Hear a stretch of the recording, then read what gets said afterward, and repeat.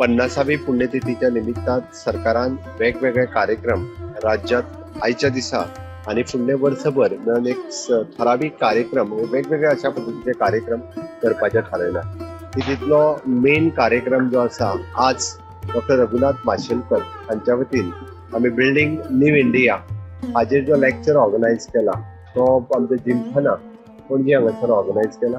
ताज्या व्यतिरिक्त सरकारान GFA गोवा फुटबॉल असोसिएशन आणि GFDC हांच्या संयुक्त विद्यमानान भाऊसाहेब बांदोडकर स्मृती चषक हे आयोजन करपाचे थारायला। आमी भाऊंचे समाधी स्थळ जे आसा भाऊसाहेब बांदोडकर स्मृती स्थळ हाचे पुराय रिनोव्हेशन करपाचे थारायला।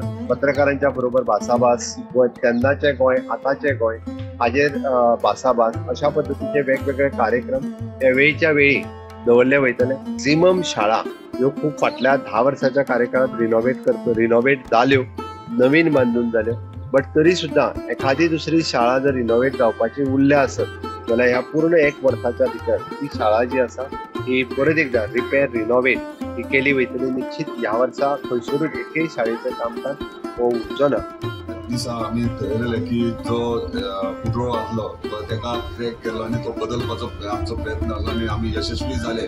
तशेंच सगळे मोग पक्षाचे कार्यकर्त्यांनी तेंच्यांनी हातभार लावन ह्यो आयज भाऊसाहेब बांदोडकराचो उजरो कितल्या वर्सांनी बदललो, नवीन मार्बलाचो घातलो। बहुजन समाजाचो कैवारी अशें ताका म्हणटाले।